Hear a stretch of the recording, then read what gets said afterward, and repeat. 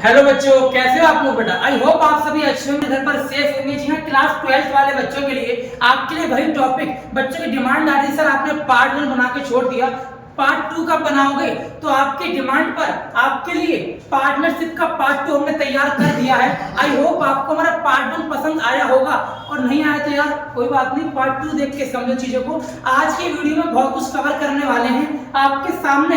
ये बच्चे ने मतलब पार्ट 1 नहीं देखा है तो क्या सुन लो क्या क्या है। नहीं देखा है देख लेना, आपको लिंक मिल जाएगा बेटा कहाँ पर, डिस्क्रिप्शन में। सुना ध्यान से सर। हाँ जी बेटा, तो हमने पार्ट 1 में क्या क्या पढ़ा था बेटा। हमने पार्ट 1 में मीनिंग पढ़ी थी। किसकी मीनिंग? पार्टनरशिप की। याद है? भूल गए? हमने पढ़ा था कि partnership is a relation between person. याद है आपको? क्या था पार्टनरशिप? सर पार्टनरशिप रिलेशन था किसके बीच में? पर्सन्स के बीच में, जो क्या करेंगे, who have agree to share the profit of the business carry on by all or any of them acting for all. ये सारी बातें हमने पढ़ी थी। सर इसके अलावा हमने क्या क्या पढ़ा था? पार्टनर्स और पार्टनर्स सिर्फ फर्म के बारे में ये बातें पढ़ी थी कि दोनों अलग अलग बातें हैं और सेम बातें भी हैं। ये सेम बातें, अलग अलग बातें किस टॉपिक के अंदर पढ़ी थी जी? Very good, nature of partnership के अंदर पढ़ी थी। और सर क्या क्या पढ़ा था? सर फीचर्स पढ़े थे। बस नहीं, ये सब कुछ हमने पार्ट 1 में कवर कर लिया था। आपने वीडियो नहीं देखी, देख लेना बेटा, काम आएगी। थ्योरी पोर्शन है, एग्जाम में फंडामेंटल से कम 6 से लेके 7 एमसीक्यू थ्योरी को लेके आते हैं। अब समझना कि पार्ट 1 का क्रश क्या निकल के आ रहा है, मतलब क्या क्या काम के क्वेश्चन बन सकते थे। दैट इज इंपॉर्टेंट क्वेश्चन, क्या क्या बन सकते थे। सर एक क्वेश्चन था एक्ट के बारे में, पता ना कौन सा एक्ट था? The Indian partnership act 1932। याद रखना, ठीक है भैया, हमें याद हो गया। दैट इज एक्ट या अधिनियम था। सर डेफिनेशन किस सेक्शन में लिखी थी? याद है? भूल गए? सर सेक्शन 4 में लिखी थी। किसकी डेफिनेशन? पार्टनरशिप की डेफिनेशन सेक्शन 4 में लिखी थी। और कौन सी एक्ट में लिखी थी बताओ? The Indian partnership act 1932। और सर मिनिमम पार्टनर कितने थे? भूलना मत, कम से कम 2 पार्टनर होंगे तब तो स्टार्ट करोगे पार्टनरशिप। अच्छा सर मैक्सिमम कितने पार्टनर थे? याद है? भूल गए? सर मैक्सिमम 50 पार्टनर थे। अच्छा किसने कहा 50 थे? याद है रूल? ये वही सारी बातें रिवाइज करवा रहा हूं बेटा जो एग्जाम में छप सकती हैं एज अ एमसीक्यू। सर मैंने क्या कहा? मैक्सिमम पार्टनर कितने हैं? 50 हैं। ये बात किसने कही है? ये बात कही है रूल 10 ने। किसने कही बेटा? रूल 10 ने कही है। और रूल 10 भी किसका? पार्टनरशिप एक्ट का नहीं, किसका? कंपनीज का रूल है ये। जी हाँ, याद रखना बेटा, ये कंपनीज मिसलेनियस रूल। क्या बोला मैंने? कंपनीज मिसलेनियस रूल है, और जो कि 2014 का है, 2014 का ये रूल है। रूल नंबर 10 है, जहां पर ये बात लिखी है कि मैक्सिमम 50 बंदे होने चाहिए किसी भी पार्टनरशिप में, और मिनिमम 2 होने चाहिए। ठीक है सर। और सर एक खास बात जो एग्जाम में छपेगी वो भी आपके भैया लिख दी। यहाँ पर क्या लिखा? That is mutual agency. बताओ उसका मतलब क्या था?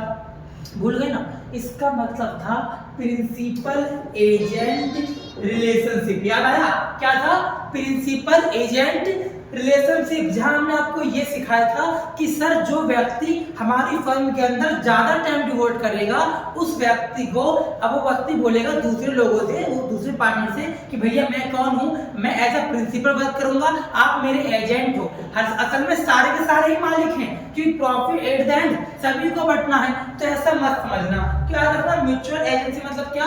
Principal agent relationship. CUET exam में भी क्वेश्चन आता है, टिक लगाने में काम आएगा। आगे समझा जी सर। और मैंने क्या क्या लिखा आगे? कौन कौन पार्टनर नहीं बन सकता? कौन कौन पार्टनर नहीं बन सकता? और याद रखना, याद है आपको? हमने इसके अंदर 3 पॉइंट पढ़े थे। एक तो माइनर, यार वो छोटा सा बच्चे की फोटो दिखाई थी मैंने आपको सामने, हाँ दैट इज माइनर। और सर याद है आपको मैंने वो दिखाया था, अरे वो हीरो था कौन सा? याद है मूवी? मुझे तो याद नहीं बेटा, कमेंट करके बताना कौन सी मूवी थी। आमिर खान की फोटो लगाई गई थी यहाँ पर।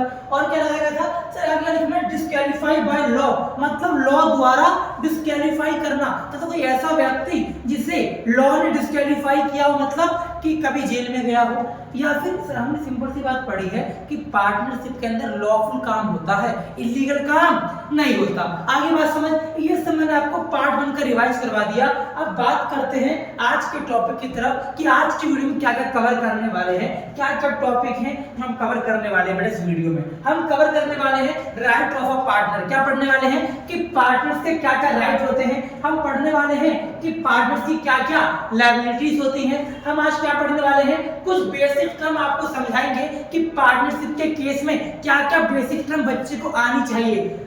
कुछ याद है आपको बेसिक टर्म से? याद करो, जब आप छोटे छोटे बच्चे थे, मेरा मतलब जब क्लास 11th में थे, तो 11th क्लास में हमने कुछ एक चैप्टर नंबर 2 पढ़ा था, याद है आपको? उस चैप्टर 2 का नाम ही क्या था पता है? उसका नाम ही रखा गया था क्या? Basic accounting term. जहां हमने क्या सीखा था, व्हाट इज कैपिटल, कैपिटल क्या होता है, हमने क्या सीखा था, ब्रांड क्या होती है। यही सारी बातें हम पढ़ने वाले हैं किसके अंदर, पार्टनरशिप के अंदर। लेकिन यहाँ पर थोड़ा समझने का नजरिया अलग होगा। आई बात समझ? फिर हम क्या पढ़ेंगे सर? फिर हम पढ़ेंगे पार्टनरशिप डीड के बारे में, साझेदारी संलेख क्या होता है। फिर हम क्या पढ़ेंगे कि सर क्या क्या अकाउंटिंग ट्रीटमेंट कर सकते हैं जब पार्टनरशिप डीड नहीं होती, अब्सेंट होती है, या फिर ऐसा कह दूं साइलेंट होती है। जी हाँ, इतने टॉपिक आज की वीडियो में कवर करने वाले हैं। ये वीडियो बहुत ही रिलेवेंट होने वाली है। कम से कम आपको एग्जाम में 4 मार्क्स देके जाएगी। एमसीक्यू क्वेश्चन यही से बनते हैं बेटा। चलिए मूव करते हैं नेक्स्ट टॉपिक की तरफ, इज राइट ऑफ पार्टनर। जी हाँ बेटा, कि क्या क्या पार्टनर्स के राइट हैं। सुनना, every partner have to right of, क्या क्या राइट है? तो पहला राइट यही है कि हमारे पास मान लो 50 पार्टनर है एक फर्म के अंदर, और 50 के 50 पार्टनर कोई भी बंदा मैनेज कर सकता है। क्या लिखा मैंने? Participate in the management of the business.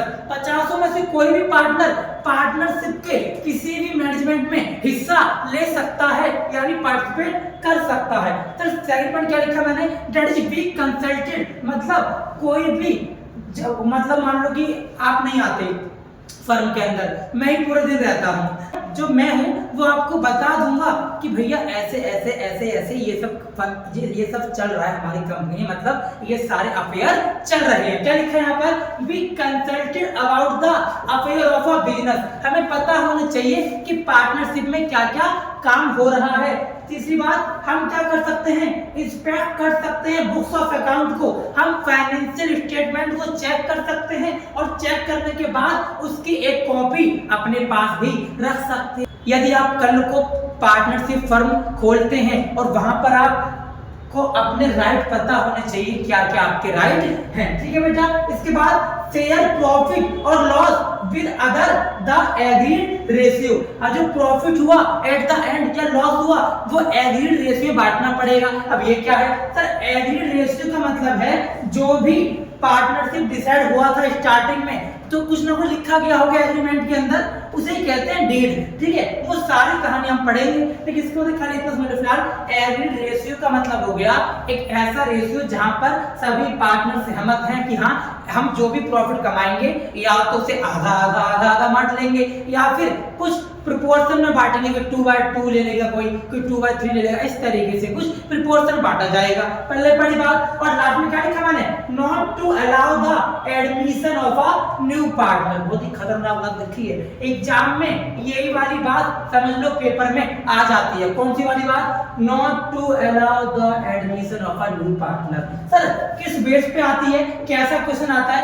Question ऐसा आता है पेपर में कि मान लो एक फर्म है ए और A B and C company. क्या बोला मैंने? A B and C company एक फर्म है, जिस फर्म के अंदर, मेरी बात सुनो ध्यान से बेटा, एक फर्म के अंदर टोटल सपोज करो 48 पार्टनर हैं। कितने पार्टनर बेटा?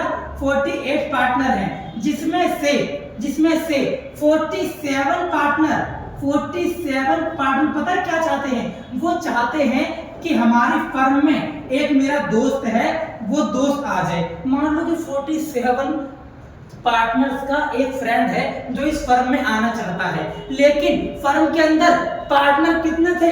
48 थे। ओ भाई साहब, जो एक पार्टनर बच गया ना, ये बेचारा एग्री नहीं, ये मना कर रहा है। ये अकेला क्या कर रहा है? ये अकेला कह रहा है कि नहीं भैया नहीं, मैं एग्री नहीं करता, मैं ऐसे बंदे को अपने पास रखूंगा ही नहीं। इसका मतलब पता है क्या है? एडमिशन नहीं होगा। इस पूरी लाइन का मतलब बेटा इतना सा है कि अगर इतने 47 पार्टनर ने हाँ कर दी कि हाँ बेटा एडमिशन तेरा ले लेंगे, लेकिन एक सिंगल पार्टनर ने मना कर दिया, इसका मतलब एडमिशन नहीं होगा। कहां पर? पार्टनरशिप फर्म में कोई नया बंदा तभी आ सकता है जब सभी when all partners are agree, जब सभी पार्टनर सहमति देंगे तभी आएगा।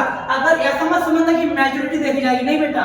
भले ही 47 ने कहा यस आजा, लेकिन एक सिंगल पार्टनर ने मना कर दिया तो एडमिशन नहीं होगा। ये बात हमें याद रखनी है। कल को फ्यूचर में आप व्यापार करो और ये वाली फर्म खोलो तो आपको पता होना चाहिए कि सर ऐसे ऐसे रूल एक्ट में लिखे हुए हैं, वो सारी बात को पता होनी चाहिए। ठीक है बेटा, आई बात समझ आपको। हमने ये टॉपिक कवर कर लिया, राइट ऑफ पार्टनर। अब हम पढ़ेंगे about liabilities of a partner. क्या पढ़ेंगे बेटा? Liabilities of a partner. जी हाँ, कि क्या क्या दायित्व होते हैं, पता होगा आपको, पढ़ के आए हैं क्लास 11th में। इसको हिंदी में बोलते हैं दायित्व। क्या बोलते हैं बेटा? दायित्व, देयता, यानी क्या क्या देनदारियां हैं एक पार्टनर्स को, क्या क्या चुकाना पड़ सकता है फर्म को। क्या लिखा है? कह रहा है अनलिमिटेड पर्सनल लायबिलिटी। इस बात का मतलब समझना बेटा, इस बात का मतलब केवल इतना सा है कि सर अगर फर्म को भारी लॉस हो गया, अगर फर्म को नुकसान हो गया, तो उन पार्टनर्स के घर की प्राइवेट संपत्ति तक बेच दी जाएगी और प्राइवेट संपत्ति बेचकर हमारी फर्म का कर्जा चुकाया जाएगा। बात पहले पढ़ रही है, इसीलिए हम क्या लिखा है? Unlimited liability. यहाँ पे एक वर्ड आ गया, इसीलिए आपको एक वर्ड और बता दूं, LLP। क्या? LLP याद रखना। ये भी एक प्रकार का पार्टनरशिप का टाइप है, जिसका मतलब क्या होता है? लिमिटेड, L से लिमिटेड लायबिलिटी पार्टनरशिप। क्या बोला मैंने? Limited liability partnership. तो याद रखना ये वो वाली पार्टनरशिप है।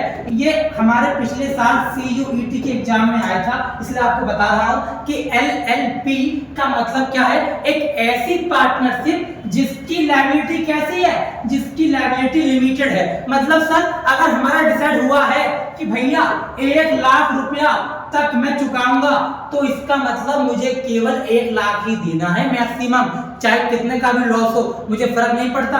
That is LLP। लेकिन LLP के अलावा हम जो पढ़ रहे हैं चैप्टर नंबर 1 के अंदर, ये वो वाली पार्टनरशिप है जिसकी लायबिलिटी कैसी होती है? जिसकी लायबिलिटी अनलिमिटेड होती है। याद रखना, पहले पॉइंट क्या बोला मैंने? Unlimited personal liability. क्या लिखा है इसके अंदर? कहता है partners are personally responsible for the debt, यानी कि हर एक पर्सनली बंदा, पर्सन यानी जो पार्टनर है वो इंडिविजुअल अकेले अकेले भी उनको सभी डेट और सभी ऑब्लिगेशन का ध्यान रखना पड़ेगा। आई मेरी बात समझ? और दूसरी बात क्या बोली? Personal asset, personal asset at risk. जी हाँ, उस पार्टनर्स के पर्सनल एसेट भी कैसे हैं? रिस्क में है। रिस्क का मतलब क्या है? रिस्क का मतलब ही मैंने बताया आपको कि उनके एसेट भी जब्त कर लिए जाएंगे। Partners personal asset such as उनका घर, उनकी कार, उनकी सेविंग, जो भी पैसा बचा है वो, उन सबको सीज कर लिया जाएगा, जब्त कर लिया जाएगा। क्यों क्यों क्यों? ताकि पार्टनरशिप के डेट को खत्म कर सकें, उनको क्लियर कर सकें, सारे उधारों को, कर्जों को समाप्त कर सकें। अच्छा सर लास्ट में आपने क्या लिखा है? Legal action. क्या लिखा है जी? Legal action. इसका मतलब ये है, एक लायबिलिटी ये भी बनती है, अगर कोई पार्टनर ऐसा काम नहीं करेगा जो जैसा लॉ में लिखा हुआ है, तो उसके अगेंस्ट क्या कर सकते हैं? स्यू। क्या लिखा है? स्यू, SUED। इसका मतलब होता है फाइल। क्या बोलता है? सूट फाइल करना। क्या होता है जी? सूट फाइल करना। सूट फाइल करने का मतलब है कि आप लीगली लड़ सकते हैं, कोर्ट में जाकर लड़ सकते हैं। पहले बड़ी बात, यहाँ पे कोर्ट में जाके लड़ने का मतलब ये हुआ कि सपोज करो कि मैं बहुत ज्यादा काम करता हूँ फर्म के अंदर, हम 2-3 पार्टनर हैं, लेकिन जो A नाम का बंदा कभी आता ही नहीं है, मैं हमेशा लगा रहता हूँ। तो फिर मैंने कहा कि भैया मेरे को यार एक्स्ट्रा सैलरी दे देना। वो कहता सैलरी? क्यों तू सैलरी? मैंने कहा जाके लड़ूंगा कोर्ट में। जब मैं कोर्ट में जाके लड़ा तो कोर्ट वाला कहता है मुझसे, सुप्रीम कोर्ट या कोई भी कोर्ट ले लो आप, वो जज कहते हैं कि मुझसे कि अच्छा सैलरी दे रहा कोई, बताओ कहाँ लिखा था सैलरी देगी आपको? मैं कहूँगा यार सॉरी, मैं तो लिखा नहीं। इसका मतलब मुझे पहले ही इतना बड़ा व्यापार करने के लिए एक एग्रीमेंट में लिख लेना चाहिए सारी बातों को, ताकि लिखी हुई बातें काम आती हैं। आगे हम यही पढ़ने वाले, इसका नाम क्या होगा? पार्टनरशिप, फिर इसका नाम होगा। पल्ले पढ़ी यहाँ तक बात। चलिए बात करते हैं नेक्स्ट टॉपिक की तरफ। आई होप आपको यहाँ तक पल्ले पढ़ा हुआ क्या क्या बताना चाह रहा हूँ। वीडियो को लाइक करना मत भूलना बेटा, और दोस्तों को बता दो क्लास 12 के पार्टनरशिप को लेके भैया आ गए हैं। आपका फर्स्ट चैप्टर बहुत ही बेहतरीन तरीके से टुकड़े टुकड़े टुकड़े करके पूरा चैप्टर खत्म कर देंगे। चलिए शुरू करते हैं next part, basic term and concept. Sir ये क्या बना दिया आपने, कौन लड़कियां हैं ये? अरे लड़कियां नहीं है बेटा, इस मूवी का नाम याद नहीं आ रहा है। ये मैं इसलिए लेके आया ताकि आप क्या करें, मुझे कमेंट करके बताएं कि इस मूवी का नाम क्या है। इस मूवी में 4 लोग हैं, उन 4 लोग को बहुत अच्छे से पहचानते होंगे, है ना। ये 4 लोग हैं, लेकिन मेरे लिए तो ये एक मान लो एक फर्म है, that is ABC/D and company. मान लो ऐसे करें, एक कंपनी का नाम है, मेरे लिए एक फर्म है। क्या है बेटा? मेरे लिए एक फर्म है, और उस फर्म के अंदर ये 4 लोग कौन है? ये 4 लोग पार्टनर हैं। 4 लोग कौन है बेटा? ये 4 लोग पार्टनर हैं। मैं खाली आपको इतना हिंट दे सकता हूं, इस मूवी का नाम तो मैं नहीं बताऊंगा, वो तो आपको बताना है, मैं नाम नहीं बताऊंगा। लेकिन हाँ, इसकी अगली स्लाइड पर मैं इनके कैरेक्टर के नाम आपको बता देता हूं। लो जी, अब हम पढ़ने वाले हैं क्या क्या बेसिक टर्म्स है। सर मैंने क्या लिखा, ये हमारी कंपनी है कोई वाली, उस कंपनी के अंदर यानी उस फर्म के अंदर, मैं बार-बार कंपनी वर्ड बोल रहा हूं, इसका मतलब फर्म है, याद रखना। फर्म बोले तो पार्टनरशिप, फर्म, व्यापार, बिजनेस हम पढ़ चुके हैं। व्यापारी तू अलग है और व्यापार तू अलग है, पार्टनर तू अलग है और पार्टनरशिप तू अलग है। पहले बड़ी बात यही हम सिखाने जा रहे हैं आपको। देखो हमारे पास एक फर्म के अंदर 4 लोग पार्टनर हैं। पहला पार्टनर रेंचो, दूसरा कौन? राजू रस्तोगी, तीसरा फरहान और लास्ट वन इज पिया। पता नहीं, आप मुझे बता देना कमेंट करके इसका क्या नाम है। कुछ लोग इसे पिया कहते हैं और कुछ लोग इसे प्रिया कहते हैं। इसलिए मैंने आपके लिए 2 नाम लिख दिए हैं। अब समझना कॉन्सेप्ट क्या है। अगर आप कॉन्सेप्ट को समझ गए तो भाई साहब समझ लो कि आपने आधी पार्टनरशिप को समझ गए। अब यहाँ पे लिखा है साफ साफ, जो राजू रस्तोगी भाई साहब हैं, ये कौन है पता है? ये देख लो, दिखाएगा आपको कौन है। अब मूवी का नाम मुझे नहीं पता, वो तो आप ही बताएंगे कमेंट करके, मैं नहीं जानता। ये राजू है, ये कौन है? ये राजू रस्तोगी है, और ये भाई साहब रेंचो हैं। ये कौन है जी? ये रेंचो हैं। और ये वाले फरहान है, ये कौन है जी? ये फरहान कुरैशी है, और ये हमारी मैडम है पिया। ठीक है जी। अब बात करते हैं कि मैं सिखाना क्या चाहता हूँ। मैं सिखाना ये चाहता हूँ इन फोटो के थ्रू या फिर पार्टनरशिप के थ्रू या फिर पार्टनर के थ्रू कि सर एक फर्म के अंदर ना इतने सारे लोग हैं। कितने लोग हैं जी? 4 लोग हैं। ये भाई साहब बहुत ही पैसे वाले हैं, ये बहुत ही पैसे वाले हैं, डेट इज अमीर घर के मान लो। ये खुद आप जब आप जानते हैं, जिस बच्चों ने मूवी देखी होगी उसने अभी तक कमेंट भी कर दिया है, आप भी कर दो यार। सुनना सर, जो अमीर घर के बच्चे हैं रेंचो, वो तो क्या कर रहा है बंदा? ये बंदा मान लो ये फर्म है, ये कौन है? ये फर्म है। कौन है जी? ये फर्म है। इस रेंचो ने पता क्या किया? इस रेंचो के पास बहुत सारा पैसा था। क्या था? पैसा था। और पैसे को हमारे चैप्टर की भाषा में, अकाउंट की भाषा में क्या कहते हैं भैया? कैपिटल कहते हैं। क्या कहते हैं जी? कैपिटल कहते हैं। इस रेंचो ने कैपिटल लगाई है। ये रेंचो क्या करता है? फर्म के अंदर कैपिटल लगाता है। सुनो मेरी बात ध्यान से, यही से कॉन्सेप्ट उभर कर आएंगे। मैंने कहा था रेंचो ने पैसा लगाया। कहाँ लगाया बेटा? फर्म में पैसा लगाया। अब सुनना, रेंचो ने पैसा फर्म में अगर लगाया तो फिर फर्म के लिए क्या हुआ? सर अगर रेंचो ने फर्म के लिए कैपिटल लगाई है तो पता है क्या होगा? फर्म की ना रिस्पॉन्सिबिलिटी बनेगी। किस चीज की? कि फर्म तू ना इस रेंचो को क्या दे? इंटरेस्ट ऑन कैपिटल दे। मतलब जितना पैसा उसने लगाया फर्म में, उस पैसों पर ब्याज दे। ब्याज देगा कौन? फर्म ब्याज देगी। तो मुझे बताओ, अगर फर्म कैपिटल पर इंटरेस्ट देगी, क्या देगी? इंटरेस्ट देगी, तो क्या फर्म का फायदा नुकसान है?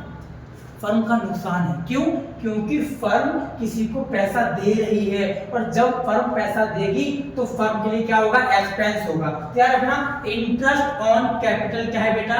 इंटरेस्ट ऑन कैपिटल भैया एक्सपेंस है। क्या है जी? एक्सपेंस है। क्यों? क्योंकि हाँ रेंचो ने पैसा लगाया, लेकिन उस लगे हुए पैसे को पर फर्म में क्या दिया? उसे इंटरेस्ट दिया। बात पहले पड़ गई।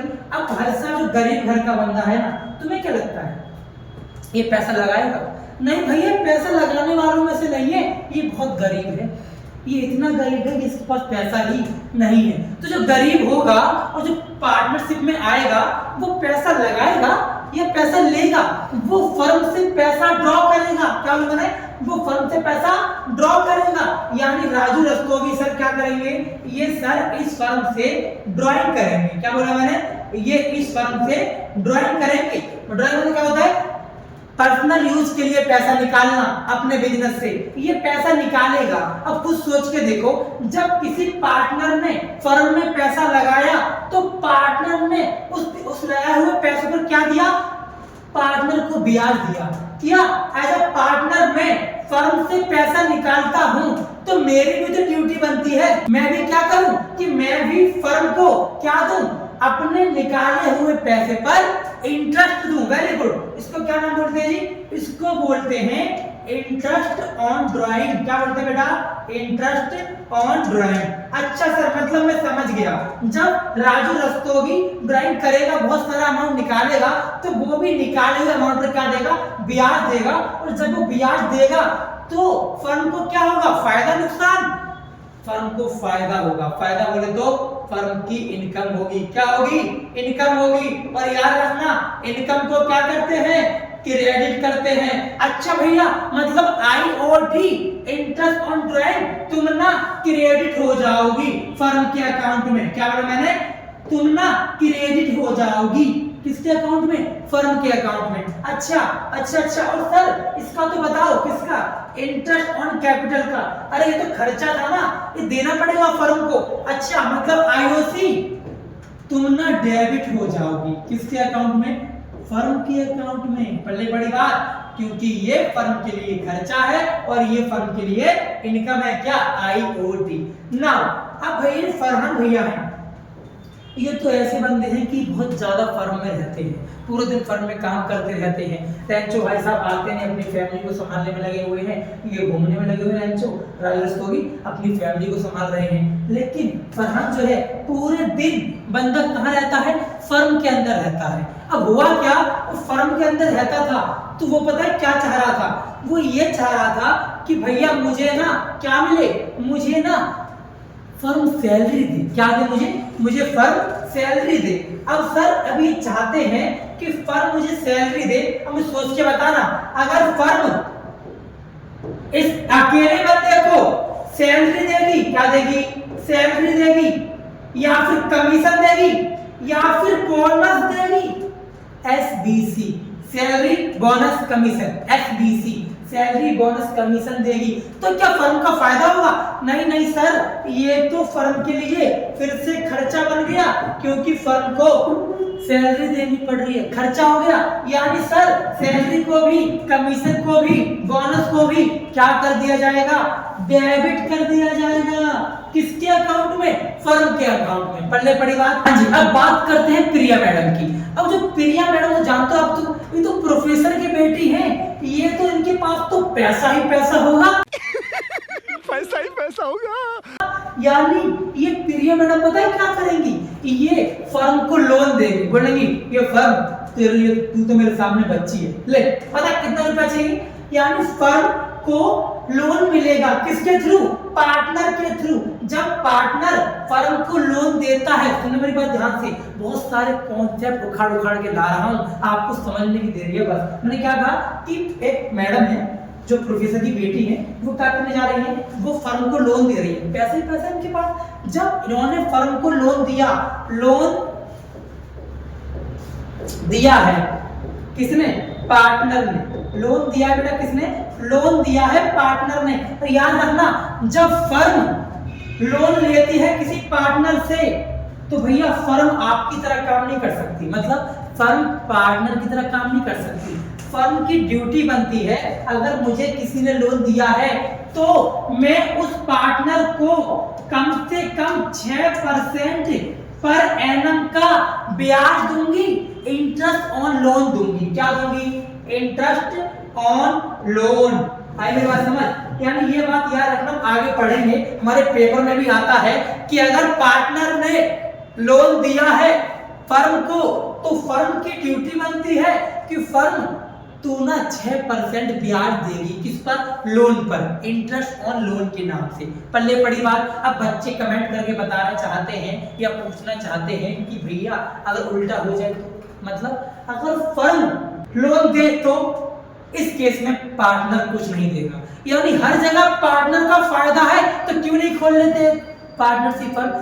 तो आगे बढ़ते हैं बेटा, आई होप आपको ये बात पल्ले पड़ी होगी। अब जो बात मैंने आपको बताई इसी बात को मैं थोड़ा फिर से दोहरा दूं, सुनना बात ध्यान से, एक बार सुनना बेटा ध्यान से, मैं आपको फिर से रिवाइज कराता हूं कि मैंने क्या कहा कि सर मान लो ये फर्म का अकाउंट है, क्या बेटा ये मान लो ये फर्म का अकाउंट है। अब फर्म के अकाउंट में आपको अभी समझाया था कि सर जो आईओसी है वो फर्म के लिए क्या है, वो फर्म के लिए खर्चा है। क्यों? क्योंकि फर्म पार्टनर को देगी, इसका मतलब उसके एक्सपेंस हो गया। हमने पढ़ा था क्लास 11 में, सारे खर्चे सारे एक्सपेंस कहाँ लिखते हैं, यहाँ लिखते हैं डेबिट साइड। इसीलिए मैंने IOC that is interest on capital को कहाँ लिखा, फर्म के डेबिट साइड लिखा। अच्छा भैया अगर पार्टनर को सैलरी देनी पड़ेगी तो कहाँ लिखेंगे, यहीं पर लिखेंगे टू सैलरी। कमीशन देनी पड़ी तो भी यही लिखेंगे, और हाँ सैलरी हो कमीशन हो बोनस हो सब कुछ यहीं पर आएगा। किसी भी टाइप का रिजर्व हो वो रिजर्व भी यहाँ पर आएगा, और रिजर्व आने का मतलब है बाद में पार्टनर्स को बांट दिया जाएगा। हम सिखाएंगे बाद में, एक कॉन्सेप्ट है इनसफिशिएंट प्रॉफिट, वहां सिखाएंगे। और सर अगर हमने आईओडी फर्म के लिए क्या है, इनकम है। क्यों? क्योंकि पार्टनर फर्म को देगा। याद करो कौन, वो बंदा जो गरीब घर का था, उसने क्या किया था, ड्राइंग की थी राजू रस्तोगी ने। वो क्या करेगा, फर्म को इंटरेस्ट देगा और फर्म की कमाई हो जाएगी, फर्म की इनकम हो जाएगी, और फर्म इनकम को कहां लिखेगी, क्रेडिट साइड लिखेगी। बात पहले बढ़ रही है। ये डेबिट का फंडा क्रेडिट का फंडा सब क्लास 11 का कॉन्सेप्ट है, मैं खाली रिवाइज करवा रहा हूं चीजों को। एक बात नहीं बता दूं, याद रखना फर्म का एक और नाम आप लोग याद रखना, क्या, that is profit and loss appropriation account. क्या बोला मैंने, profit and loss appropriation account. Sir ये क्या है, डीपली बात करेंगे इसके बारे में, टेंशन मत लो। फिर खाली इतना समझ लो कि इसका मतलब फर्म है, इसका मतलब क्या है, फर्म है, और फर्म का मतलब पार्टनरशिप फर्म है। वही पार्टनरशिप फर्म जहां पे वो 4 लोग फोटो वाले, मैं नहीं बताऊंगा क्या है मूवी का नाम, मूवी का नाम तो आप एक कमेंट करके बताएंगे। चलिए बेटा आगे मूव करते हैं एक खतरनाक टॉपिक की तरफ। नाम क्या है इसका, पार्टनरशिप डीड। जी हाँ, पार्टनरशिप डीड के बारे में बात करते हैं बेटा कि पार्टनरशिप डीड कहती क्या है। सर सुनना ध्यान से, बहुत ही काम की बात है। इसे हिंदी में कहते हैं बेटा साझेदारी संलेख। क्या कहते हैं, साझेदारी संलेख। मैंने एक वर्ड बोला हिंदी में, संलेख। संलेख का मतलब एक प्रकार का लेख है। लेख बोले तो डेट इज लीगल डॉक्यूमेंट। क्या बोला मैंने, लीगल डॉक्यूमेंट, यानी सर एक प्रकार का एग्रीमेंट है। क्या है, एग्रीमेंट। कल को बंदा पलट ना जाए, मतलब जो बातें हमारी डिसाइड हुई हैं, कल को मेरा खुद का दोस्त, मेरा खुद का पार्टनर कुछ कहने से मना कर दे तो इसीलिए हम क्या करते हैं, पार्टनरशिप डीड बनाते हैं। सर क्या ये कंपलसरी है बनाना? नहीं नहीं कंपलसरी नहीं है, मर्जी आपकी, बनाओ या ना बनाओ, कोई कंपलसरी नहीं है। मैंने यहाँ खतरनाक खतरनाक वर्ड लिखे हैं बेटा, इन वर्ड को मैंने यहाँ पर क्यों लिखा है, ताकि आपको ये पता चले कि हम क्या क्या वर्ड हमें यूज करने पड़ते हैं पेपर में, हम क्या लिख कर आते हैं। जैसे एक ये वाला वर्ड, सीबीएसई वाले चाहते हैं अगर डीड के बारे में कुछ पूछा तो बच्चा ही लिख के आए। हालांकि बहुत कम क्वेश्चन थ्योरेटिकल आता है, ज्यादातर इन लाइनों से एमसीक्यू क्वेश्चन आएगा और ये पूछेंगे बताओ पार्टनरशिप डीड कौन सा डॉक्यूमेंट है, लीगल है, इलीगल है, लॉफुल है। अगर आपको अभी समझ नहीं आया टॉपिक सो डोंट वरी, मैं आपको नेक्स्ट लेवल में जाके अच्छे से समझाता हूँ। यहाँ मैंने प्रॉपर वे में लिख रखा है, सिंपल वे में। पार्टनरशिप है क्या, सर एक प्रकार का रिटर्न डॉक्यूमेंट है। क्या है, रिटर्न एग्रीमेंट है, जिसके मतलब लीगल, यानी कि लीगल डॉक्यूमेंट, इलीगल नहीं। इससे क्या फायदा होगा, इससे ये फायदा होगा कि हमारे पार्टनर आपस में लड़ाई नहीं करेंगे, झगड़े नहीं करेंगे, डिस्प्यूट से बचेंगे, अवॉइड करेंगे। और हाँ, टर्म और कंडीशन लिखी होंगी पार्टनर्स के बारे में, क्या क्या राइट हैं, क्या क्या ड्यूटीज हैं, ये सिंपल वर्ड में लिखा होगा। इसके अलावा क्या लिखा है कि ये पार्टनर्स के बीच में एक क्या दिखाता है, संबंध को दिखाता है, और एक लीगल डॉक्यूमेंट जहां पे सारे पार्टनर क्या करने वाले हैं, सारे पार्टनर अपने साइन करने वाले हैं। और साइन के अलावा इसका एक और नाम क्या, मेमोरेंडम ऑफ पार्टनरशिप या फिर article of partnership. Now move करते बेटा नेक्स्ट, इसके बारे में 2-3 बातें और समझ लो कि सर ये क्वेश्चन आया था कहां पर, आपके एग्जाम में, CUET के एग्जाम में। कल को आप फ्यूचर में पेपर दोगे ना रेगुलर कॉलेज में जाने के लिए एंट्रेंस एग्जाम, तो वहां पे एक क्वेश्चन पूछा गया कि बताओ क्या पार्टनरशिप डीड कंपलसरी है, तो आपका आंसर क्या होगा? नहीं नहीं, कंपलसरी नहीं है। क्यों? याद करो, एक ओरल एग्रीमेंट भी तो था, याद रखना, ठीक है। और भैया अगर मान लो डीड हमने नहीं बनाई तो क्या करना पड़ेगा? तो आपको द इंडियन पार्टनरशिप एक्ट 1932 में लिखी गई बातों को फॉलो करना पड़ेगा। क्या? कब? जब पार्टनरशिप डीड ना हो, या फिर ऐसा कह दूं जब पार्टनरशिप डीड साइलेंट हो, या फिर ऐसा कह दूं जब अब्सेंट हो। क्या अब्सेंट हो? पार्टनरशिप डीड अब्सेंट हो। अब सुनना मेरी बात ध्यान से, क्या क्या वो बातें माननी पड़ती हैं कि जब अब्सेंट होती हैं। और एक बात और काम की कि पार्टनरशिप डीड के अंदर क्या क्या एलिमेंट है, क्या बोला मैंने, क्या क्या एलिमेंट है, मतलब क्या क्या चीजें लिखी जाएंगी। A typical partnership include following element, जैसे पार्टनर्स के बारे में लिखा जाएगा, पार्टनर का नाम क्या है, उसका एड्रेस क्या है, उसका कॉन्टैक्ट की इंफॉर्मेशन, सभी बातें, उनका पार्टनरशिप का नाम लिखा जाएगा, किस पर्पस से बनाई गई थी वो लिखा जाएगा, किसने कितना पैसा इन्वेस्ट किया, किसने कितनी कैपिटल लगाई वो लिखा जाएगा। किसमें लिखा जाएगा? पार्टनरशिप डीड में लिखा जाएगा, ठीक है। और कितना हम प्रॉफिट एंड लॉस को शेयर करेंगे इन फ्यूचर, साल के एंड में कौन कौन मैनेजमेंट करेगा, किसका कंट्रोल होगा, कौन डिसीजन लेगा, ये सारी बातें लिखी होंगी। एसेट का डिस्ट्रीब्यूशन, इसका मतलब लेते के हो गया कि सपोज कल को फर्म बंद करना पड़ जाए तो कौन एसेट लेके जाएगा, किसको ही मिलेंगे, सबको इक्वली मिलेंगे, वो सारी बातें हमें लिखनी पड़ती हैं। अगर आप अपनी टीएस ग्रेवाल की बुक खोल के देखेंगे बेटा, तो वहां पर आपको दिख जाएगा, क्या दिख जाएगा कि टीएस ग्रेवाल की बुक में इस कॉन्सेप्ट के अंदर टोटल 15 से 16 पॉइंट हैं, 17 पॉइंट होंगे मैक्सिमम। आप इतने पढ़ लेना, बहुत है, ठीक है जी। नाउ मूव करते हैं बेटा। हाँ बेटा, तो नेक्स्ट टॉपिक क्या है सर कि वो क्या क्या प्रोविजन है जो प्रोविजन फॉलो करने पड़ेंगे, जो कहां लिखे हैं? इस एक्ट में लिखे हैं। नाम क्या एक्ट था? Indian partnership act 1932। वो क्या कहता है? जब डीड साइलेंट हो, जब डीड अब्सेंट हो, तो क्या करना पड़ेगा? प्रॉफिट और लॉस को ना इक्वल बांट देना। कैसे बांट देना? आधा आधा आधा सब में बांट देना। अगर डीड साइलेंट है तभी, अदरवाइज तो डीड में लिखा है बात आपको माननी पड़ेगी। और हाँ, कैपिटल के रिगार्डिंग, ड्राइंग के रिगार्डिंग कुछ भी नहीं लिखा है, डीड साइलेंट है तो मत देना, नहीं देनी। सैलरी के रिगार्डिंग, बोनस के रिगार्डिंग, कमीशन के रिगार्डिंग कुछ भी नहीं लिखा है तो वो भी नहीं देना। लेकिन हाँ, लोन के रिगार्डिंग सुनना बेटा, अगर आईओएल के बारे में आया और वो लोन जो किसने दिया हो? पार्टनर ने, बाय पार्टनर, जो पार्टनर फर्म को देगी, तो फर्म की ड्यूटी बनती है 6% पर एनम के हिसाब से पे करना पड़ेगा। कौन देगा?